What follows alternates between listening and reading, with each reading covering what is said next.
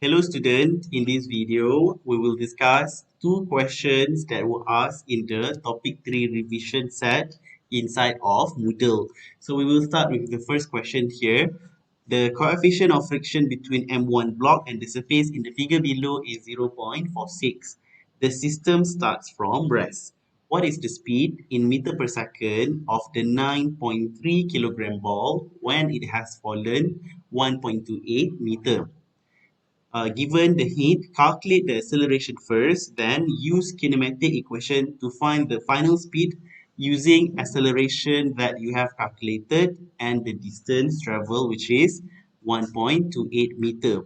So firstly, in order to calculate the acceleration, we have to draw the free body diagram as well as applying the Newton's law of motion in order to calculate the acceleration. To do so, I will be drawing the first mass here, which is the block. All right, so this is going to be the block on top of this surface. And then now I will be drawing the forces. For the first one, we're going to have W1, which is going to be mass 1 multiplied with G. We're also going to have another force, which is going to be normal. And then remember that normal happens here because the object is placed on top of a surface, and then it is always going to be perpendicular to the plane of the surface.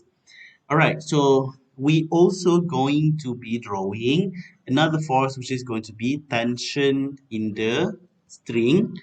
All right, so this is going to be the tension in the string, and another force is going to be the friction force because the object is moving, in this case to the right for block M1.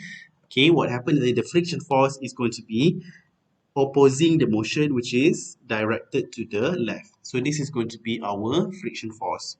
Okay, so as always, we also need to draw the acceleration, and then the acceleration again is directed to the right. And then this happens because we have the 9.3 kilogram ball, which is attached with the string and then connected to block M1. So definitely the heavier mass, in this case 9.3 kilogram block, is going to be pulling the system downward. All right, so M2 will be moving downward, and then M1 is going to be moving to the right. So this is our first free body diagram, and then now we have to draw the second free body diagram for mass 2. So for mass 2, we have a ball. It is a hanging ball. And again, we're going to be drawing our first force, which is going to be the weight. So this is W2 is equal to M2 multiplied with G. So now we're going to have the tension in the cable, which is T. And then we're also going to have the acceleration, which is going to be downward direction. So this is our free body diagram. So now we are ready to apply the Newton's law of motion.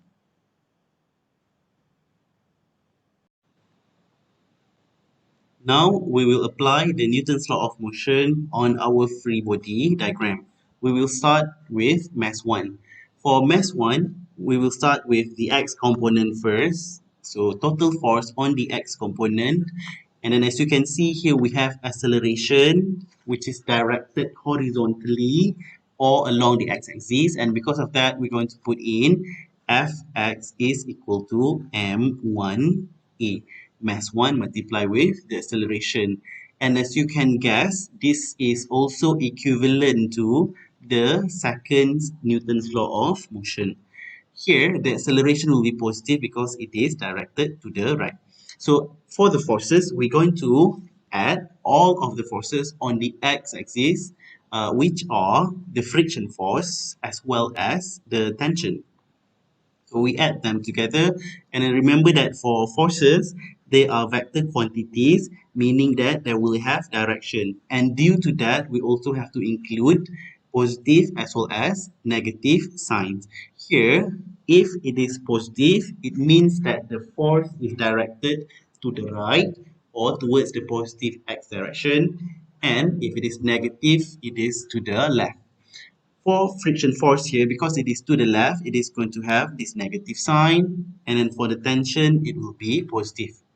And then it is going to be equal to M1A. So now we're going to substitute the equation for the friction force, which is going to be mu multiplied with N and plus with T, it is equal to M1A. In order to calculate the normal, we require information regarding the y-axis. As you can see here, the normal is along the vertical or the y-axis. And due to that, we have to apply the Newton's law of motion on the y component for mass 1. Okay, so this one we will keep in view, and then we will combine the equation to calculate the normal into this original equation. So for the force along the y component for mass 1, because there is no acceleration, it is going to be equal to 0. So this is also equivalent to the first Newton's law of motion. Okay, again, as you can see from the free body diagram, acceleration is only directed to the right. Okay, so we have the normal plus with, here it is going to be negative W1 because W1 is directed downward, and it's going to be equal to 0. So normal is going to be equal to W1, and then normal can be calculated by using its equation M1 multiplied with G. So M1 is going to be equal to, based from our question here, it is 5.3 kilogram, and then multiply with 9.81 meter per second square.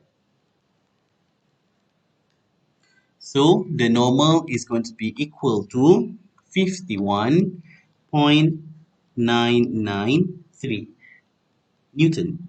Okay, so now we are ready to substitute the values into our first equation here. So we have the value of mu as in the question, okay, is 0.46. Alright, so 0.46 multiply with N, which is going to be 51.993, and then plus with T, and then it is going to be equal to 5.3 multiply with A. Okay, so the equation can be further simplified to be, right, here it is going to be negative 23.9 2, and then plus with T, and then it is going to be equal to 5.3a. Okay, so we can also write it in the form of T, which is equal to, in this case, 5.3a plus with 23.92. So this is our first equation, and then we're going to create another equation based from the second free body diagram. Let's take a look at the second free body diagram, and then as you can see, the acceleration and all of the forces are only acting on the y-axis, and because of that we don't have to find the forces for the x component or the x-axis. So we're just going to jump straight to finding the total force on the y-axis for mass 2, and then it is going to be having acceleration, and due to that we're going to have total force on the y component is going to be equal to m2 multiplied with a. The acceleration is downward direction, and because of that we're going to put the negative sign, okay, because acceleration again is towards the negative y direction or downward direction. And as for the forces, we're going to put in positive tension because tension is directed upward, and then minus with W2 because W2 is directed downward. Okay, so it is going to be equal to negative M2A. So now we're going to substitute.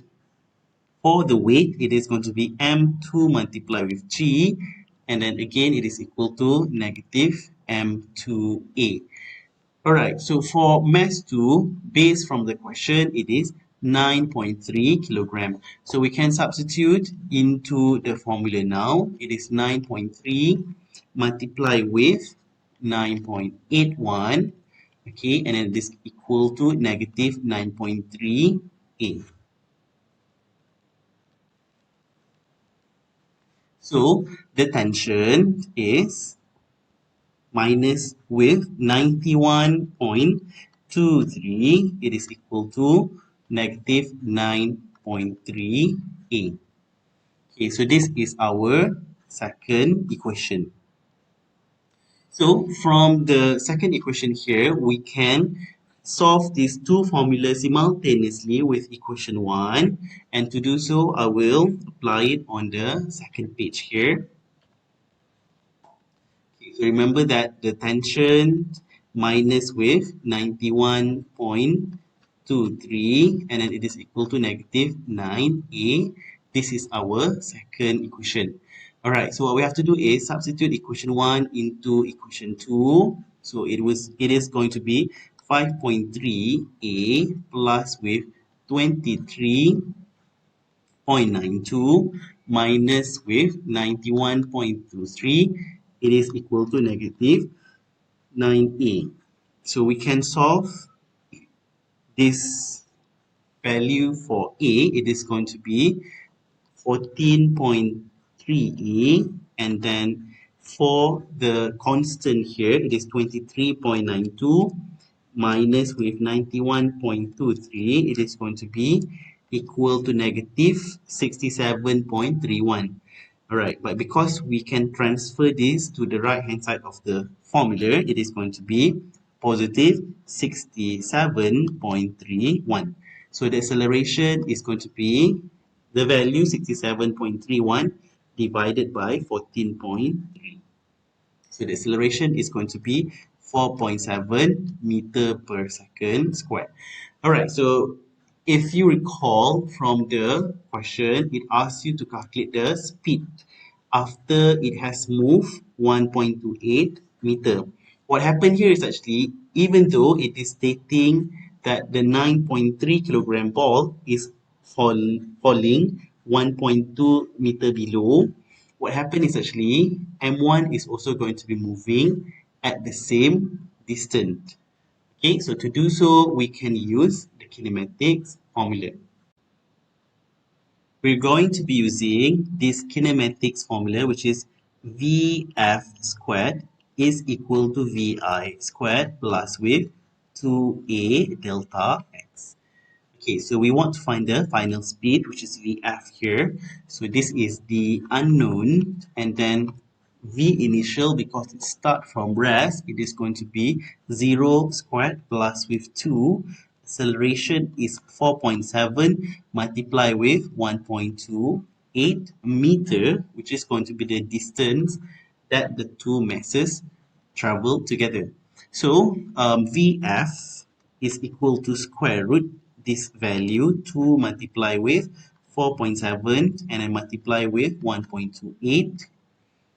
Okay, and then the answer for the final speed is going to be 3.468 meter per second, or at around 3.47 meter per second. So this is going to be the value 3.47 meter per second here is actually the final speed for both masses that has traveled 1.28 meter that is experiencing a constant acceleration of 4.7 meter per second square.